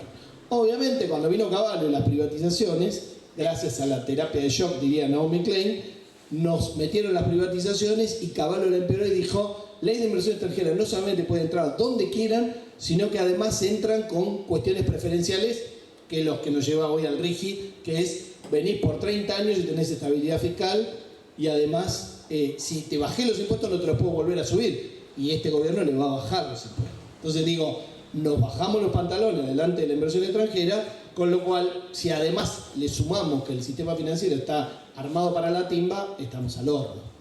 Claro, y si a esto le dan el remache, que hoy no lo mencioné para no meter otro tema picante, si nos meten el remache que nos quieren meter desde hace rato y que se quedó caliente Cavallo y que en el 2002 nos salvamos por un pelo, entre otros por Remy Lenikov, con quien me tomé un café el otro día, que es la dolarización, estamos recontra fritos porque ahí quedamos pegados y engrampados con Estados Unidos por largo rato. Y si no, pregúntenle a Correa, que no salió nunca de la dolarización de Ecuador, porque sabía que si salía se lo llevaba puesto con una hiper o un golpe de mercado a él y su presidencia. Entonces digo, si nos llegan a meter la dolarización sucia, que así le digo yo, porque va a ser por las malas, por decreto, sin dólares suficiente, con corralito y demás, estamos bastante jodidos. Creo que no les va a ser tan fácil, pero si sigue ganando elecciones, es lo próximo que viene. Y había mencionado algo más. Se me escapó. La ley de entidades financieras, la ley de inversiones. Bueno, lo otro se me escapó, pero con esto alcanza. Bueno, muy bien, Horacio, y acércate después ante algo de... Yo te propongo debatir la tesis según la cual los dos fenómenos económicos malditos del bimonetarismo y la restricción externa, sumados y combinados,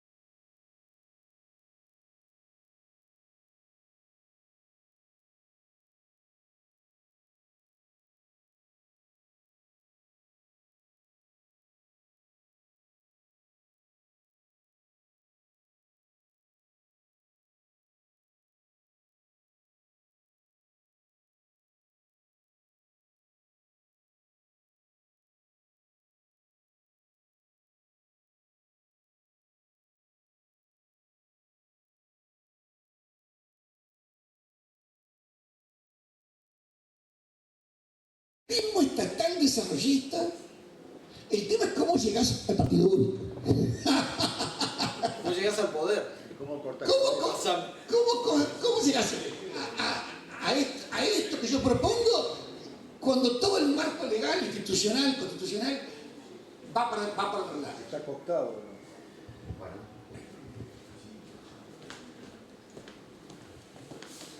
Para hacerla corta la respuesta porque da para largo, varios libros de historia.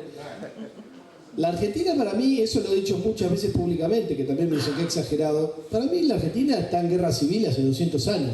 Están ganando ellos, claramente, por afán, digamos. Esa guerra civil es como la de Estados Unidos, que en su momento fue el sur contra el norte. El sur quería ser colonia de los ingleses y no complicarse la vida, y el norte quería ser industrialista, potencia y desarrollada y proteccionista y demás. Acá viene ganando el equivalente del sur, que no es por una cuestión geográfica, y porque además es mucho más fácil destruir que construir. Entonces, si vos construís industrias y después viene el otro y te permite libre entrada de importación y te baja el tipo de cambio, en un ratito haces mierda todo, como hizo Martínez de Oz, como hizo la convertibilidad, como hizo, incluso la convertibilidad llegó a joder a donde más ventajas productivas tenemos, que es el campo. Entonces digo, este gobierno con este dólar artificialmente bajo, que en realidad ustedes dirán, bueno, bajo no es porque las cosas no están baratas, no. Lo que está más bajo es el salario, la jubilación y demás, y el dólar está artificialmente bajo, digamos. Pero claramente eso no garantiza, y que la inflación sea solo 2%, no garantiza que la gente tenga para morfar o llegue a fin de mes.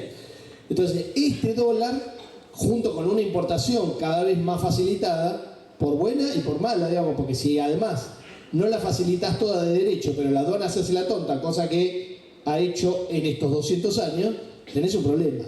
Y si además tenés tipos que se dedican a fugar sistemáticamente y tienen 500.000 millones de dólares afuera, que es mucho más que nuestra deuda externa, y son algunos miles, y jugaron siempre para afuera, problema que por ejemplo no tiene Brasil, que tiene guita afuera, pero no en esa proporción, y además su empresariado juega a ser potente, y si la tienen, muchos la tienen afuera para comprarse cosas en Estados Unidos, ¿no? Para timbearla o para sacarla del circuito.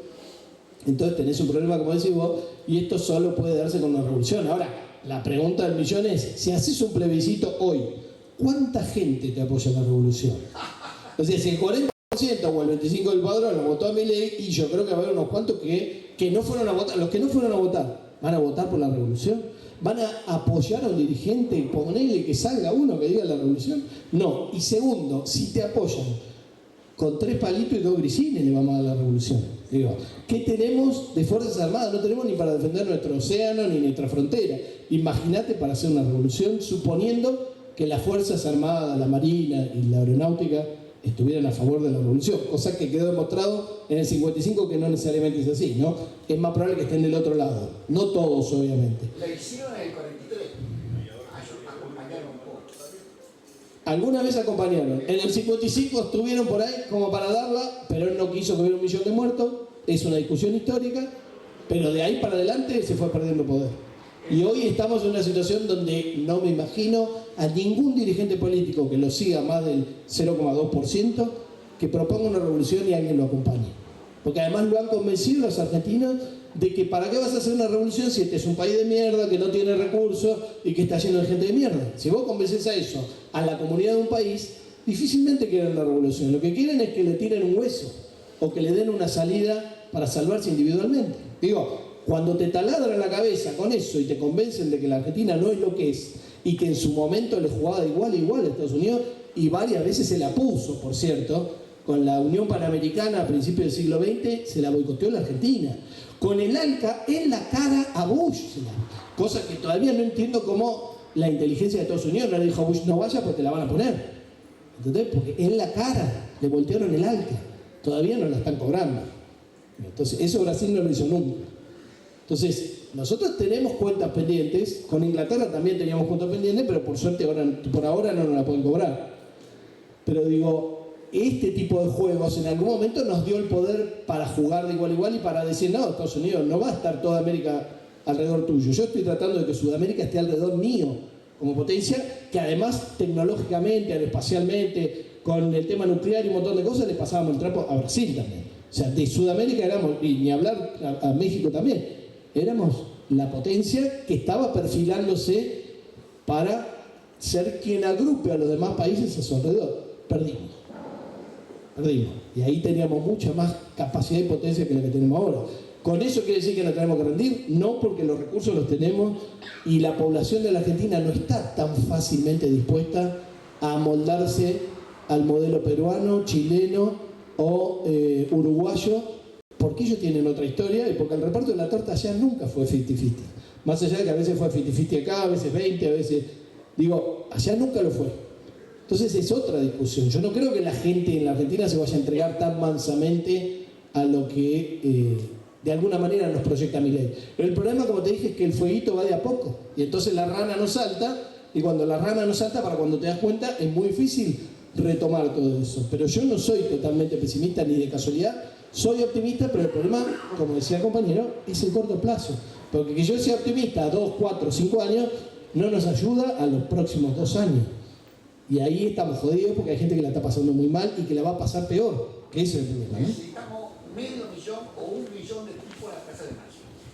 Bueno, vamos a cerrar por una cuestión de tiempo, así que sintetizamos en Santiago y en Gonzalo las 2 últimas preguntas. Bueno, muchísimas gracias.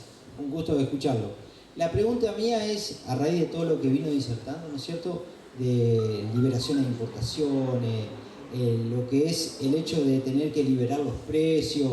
Ahora se está hablando, entre tantas cosas, que se va a hacer una de las tantas cosas, dado que se renueva la Cámara de Diputados y Senadores, las distintas reformas. Una de ellas es la reforma laboral, que bueno, los gremios por ahí vamos a tener que ver de qué manera nos agrupamos y con los dirigentes tratar de ver a ver qué es lo que se quiere quitar y qué es lo que no. Pero por otro lado, le apunta por ahí a la pregunta que va usted dirigida a la reforma impositiva que se quiere realizar también y de bajar impuestos y cargas tributarias, ¿no es cierto? En base a eso, ¿cómo se verá la Cámara, principalmente, no sé, la de diputados, pero la de senadores, que es la que manda más porque están todos los senadores que responden directamente a los distintos gobernadores de toda la provincia, ¿no es cierto? ¿Aceptarán por ahí una reforma como la que están promulgando y llevarla adelante con la cantidad suficiente de votos a favor, teniendo en cuenta que se van a ver perjudicadas la mayoría de las provincias, incluida la nuestra, que es una provincia altamente productiva en lo que es agroindustrial? Tenemos una ciudad muy rica en ese sentido, y que nuestro gobernador va a ser uno de los que más va a sentir la afectación, porque al reformar o bajar de impuestos hay muchas industrias que no saben hoy cómo sostener las fuentes laborales porque ha sido disminuido la productividad, y mucho más si se da la liberación de que entren productos de afuera, de importados. Muchos van a quedar directamente ya no solo con la garantía de horario en muchas empresas, sino que van a ser desvinculados. Va a ser la reconversión, como se ha dicho en algunos casos, ¿no es cierto?, en las grandes industrias que buscan cambiar lo que se producía acá por traerlo desde afuera. Entonces, cada gobernador, ¿usted cree que verá conveniente llevar a cabo una reforma como la que tiene planteado? ¿O será discutido como serán las otras reformas? Gracias. Bueno, gracias Santiago. Reforma laboral y reforma impositiva, anda acordándote. Y la última con Gonzalo. ¿Qué tal? ¿Cómo le va? No, primero era un poco lo que dijo el compañero ahí sobre el tema de ese partido único que le gustaría que yo pienso lo mismo. Para mí, en la parte geopolítica, yo creo que Estados Unidos viene trabajando a través de la CIA desde el año 55 que bombardearon la Argentina, porque la Argentina es un país que no se puede invadir. Las costas nuestras tienen los bancos de arena que los barcos no podrían entrar a invadir la Argentina. Yo creo que por eso están buscando la parte del sur de Argentina, de la parte de Tierra del Fuego, de toda esa zona para poder plantar acá sus bases, digamos, estadounidenses.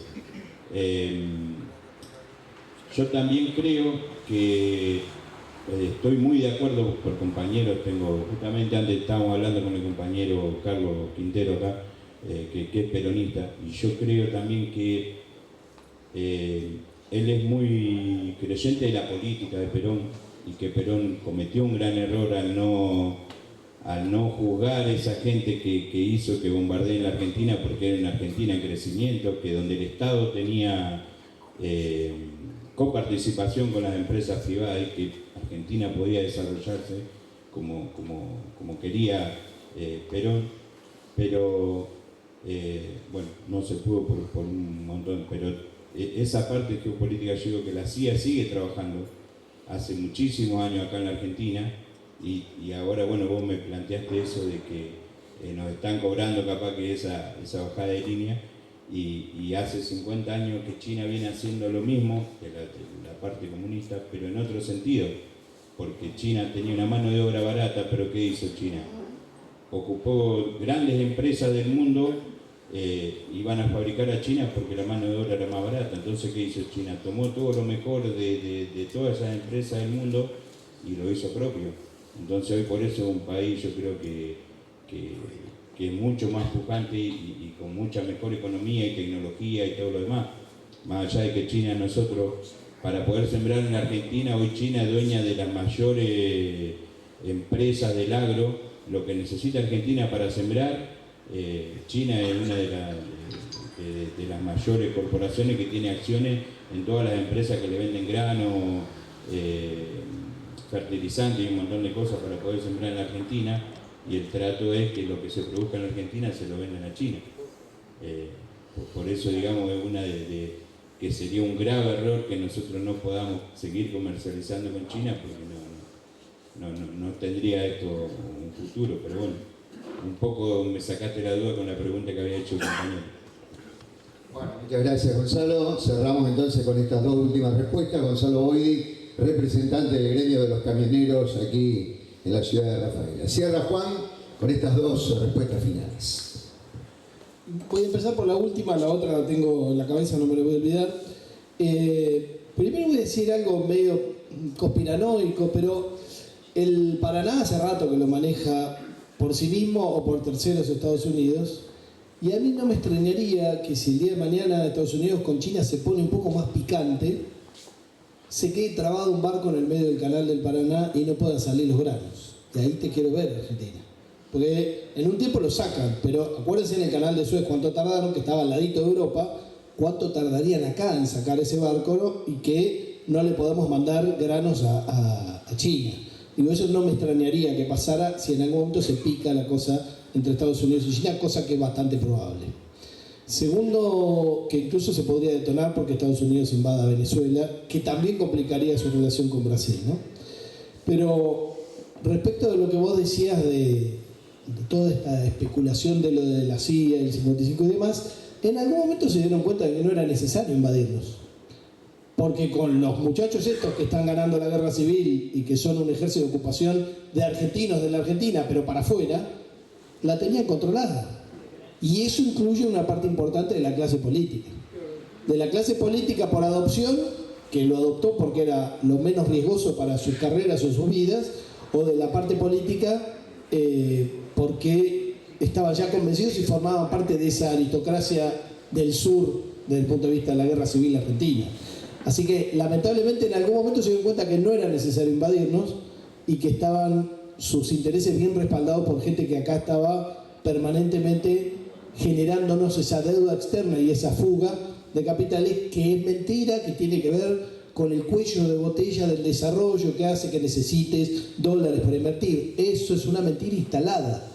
Nuestro problema con los dólares es que en los mejores momentos de control de capitales se fugan 20.000 millones de dólares por año. Y en el peor momento se fugan 20.000 millones de dólares por año. En promedio se fugan siempre 20.000 palos por año. Entonces te van generando un agujero que se tapa con deuda. Y esa deuda siempre termina siendo la prioridad respecto de todos los intereses del Estado Nacional, pagar la deuda. Con lo cual no hay forma de desarrollarse, lo cual se complementa con lo que hablábamos hoy de qué haces con el ahorro de los argentinos. ¿Qué haces? Pagás deuda. ¿Tá? Y esa deuda además cada vez es exponencial. Y un poder judicial que le garantice impunidad.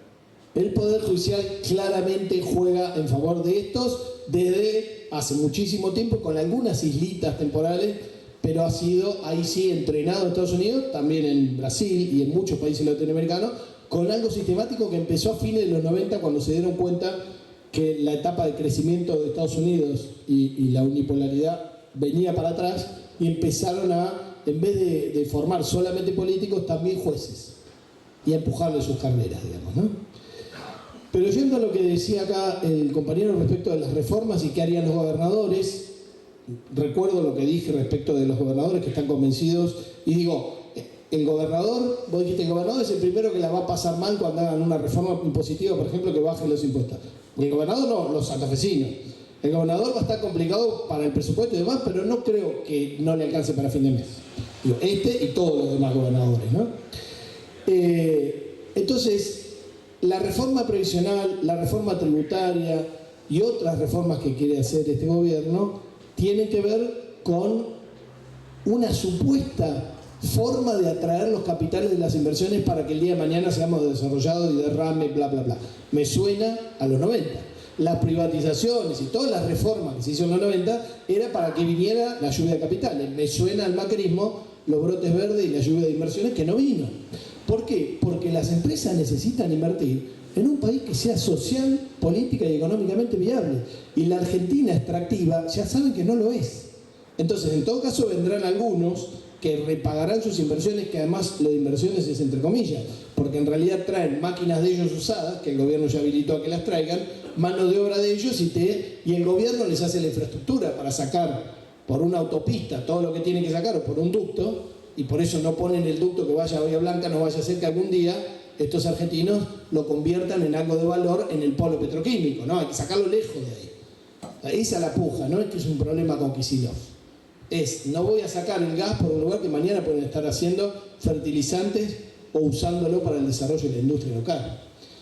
Entonces, estas discusiones, vos decís, cuando van al Congreso, ¿qué van a hacer? Bueno, primero, hace un par de meses en el Congreso pensaron que se lo comían crudo a Milei, que lo volteaban, que había una asamblea legislativa, de hecho, Unidas iba por eso, para armarse un poquito y ser los que estuvieran ahí listos para ser alguno de los candidatos cuando lo voltearan a Milei. Y acá estamos. Para mí hay un antes y un después de los tweets y de lo que hizo Trump y Scott Bessent cuando dijo la Argentina. Para mí es estratégica, Milei lo banco a muerte, siempre y cuando ganen las elecciones, con lo cual yo pensé que la gente iba a reaccionar y decir, anda para allá, bobo, diría. No, mucha gente pensó, efectivamente, si Estados Unidos no nos ayuda, el lunes se va todo al carajo, cosa que además era probable que se fuera todo al carajo, y entonces, y si no se iba por sí mismo, lo iba a empujar Milei, como lo empujó Macri cuando perdió las PASO en su momento. Entonces, después de eso, yo creo que en el Senado y en la Cámara de Diputados hay unos cuantos que se estaban afilando los dientes para comerse crudo a Milei, y ahora están viendo cómo hacen para reposicionarse, porque Milei tiene banca pesada, que fue capaz de venir a salvarlo y hacerle ganar las elecciones, y que dice que somos alguien que es estratégicamente importante, y Milei encabeza el proyecto de ellos. Entonces, si vos me preguntás, los mismos que en el Congreso un tiempito antes lo estaban por comer crudo a Milei y probablemente torcer el rumbo, van a resistir las reformas previsionales, laborales y la reforma impositiva, que antes de cerrar quiero hablar un poquito de eso, porque justamente hace al caso de esto que no da el tiempo y además no es tan trascendente de lo que propuso estos días Álvarez Agis, y le voy a explicar por qué eso es una farsa, digamos, de que es algo bueno. la discusión impositiva es clave en un país, porque es quién paga los impuestos en la realidad. Porque hoy tenemos una estructura impositiva en las leyes que dentro de Latinoamérica y de muchos países que no son desarrollados es modelo, es muy progresiva en la letra de la ley. Pero si vos tenés un ARCA, Exafip y unas rentas provinciales que pescan en la pecera de la clase media formalizada y de las pymes, lo que tenés es un sistema regresivo de hecho. Y que además, obviamente tenés un 21% de IVA que pagan los pobres, siempre y cuando no sea una parte que está en la, digamos, en la informalidad absoluta. Cosa que menos mal, porque si no habría un montón que no podrían ni morfar ni vestirse. Entonces, no te extrañe que en algún momento digan que hay que subir el IVA al 27%, cosa que hicieron en varios países europeos cuando le bajaron los impuestos a las grandes empresas. Se lo bajaron del 20 y pico al 13 y subieron el IVA al 27%. En Europa, te estoy diciendo. No en África ni en Asia. Entonces digo, hacia dónde va la reforma impositiva es más regresividad, menos cobrarle a las empresas de hecho y de derecho, porque además bajás el impuesto, pero les permitís un montón de manejes que hacen ellos de manera tal de pagar casi nada y le cobran más a la clase media. Y ahí viene la propuesta tramposa de Álvarez Agis, que no fue viceministro porque no existe el viceministerio, y que dice, ¿por qué no le hacemos un impuesto a los que retiran efectivo para que no haya pagos en efectivo, todo esté formalizado y de paso sacamos el impuesto al cheque, que se recauda solo y pagan las empresas, y sacamos impuestos a las pymes, te quiero ver, por ahí eso se queda en un cajón y no sale, y además esto sería virtuoso porque se formalizaría todo. Eso lo único que hace es empeorar la pesca en la pecera. Y decir, ¿quién nos mandó a Álvarez Agis a decir eso? Bueno, por ahí le dio algo de plata en su consultora Galperín, que maneja la billetera virtual que más se maneja en el mundo de la informalidad.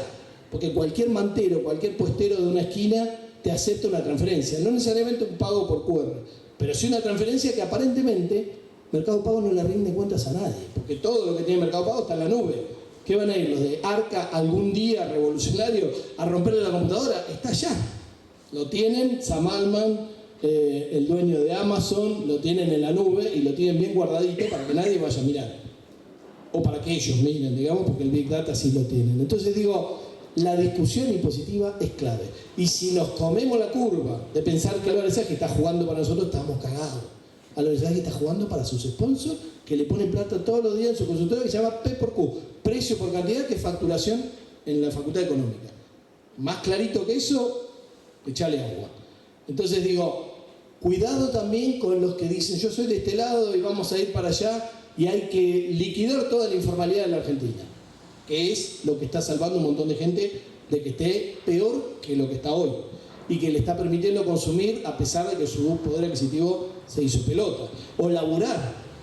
Entonces, efectivamente tiene que haber una reforma tributaria en la coparticipación, una que está pendiente hace 30 años casi, hay que hacer una reforma laboral porque el mundo cambió, digamos. Pero si la reforma tributaria, la reforma laboral y la reforma previsional es para cagar más gente, y no, entonces no la hagamos.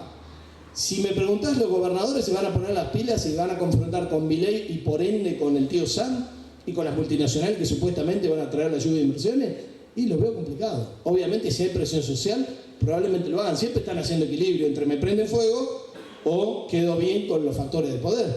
Bueno, ayudémoslos a decidir para este lado y no para el otro, ¿no? Amigas y amigos, un lujazo. Juan Valerdi, licenciado en Economía, magíster en Finanzas, asesor financiero, vino a Rafaela en un vuelo raudo y rasante. Nos pasamos algunos kilómetros, volvimos, llegó horario, cumplió, estuvo con nosotros. Muchas gracias, querido Juan. Muy amable, ¿eh? Muchísimas gracias. Gracias a todos ustedes por acompañarnos. Los invitamos a compartir algunos choripanes a precios realmente muy, muy populares. Cerramos este ciclo 2025 de charlas. Pueden saludarlo a nuestro invitado y Dios mediante el año próximo seguiremos dando la batalla en esta idea que nos hemos planteado desde la radio. Gracias y muy buenas noches.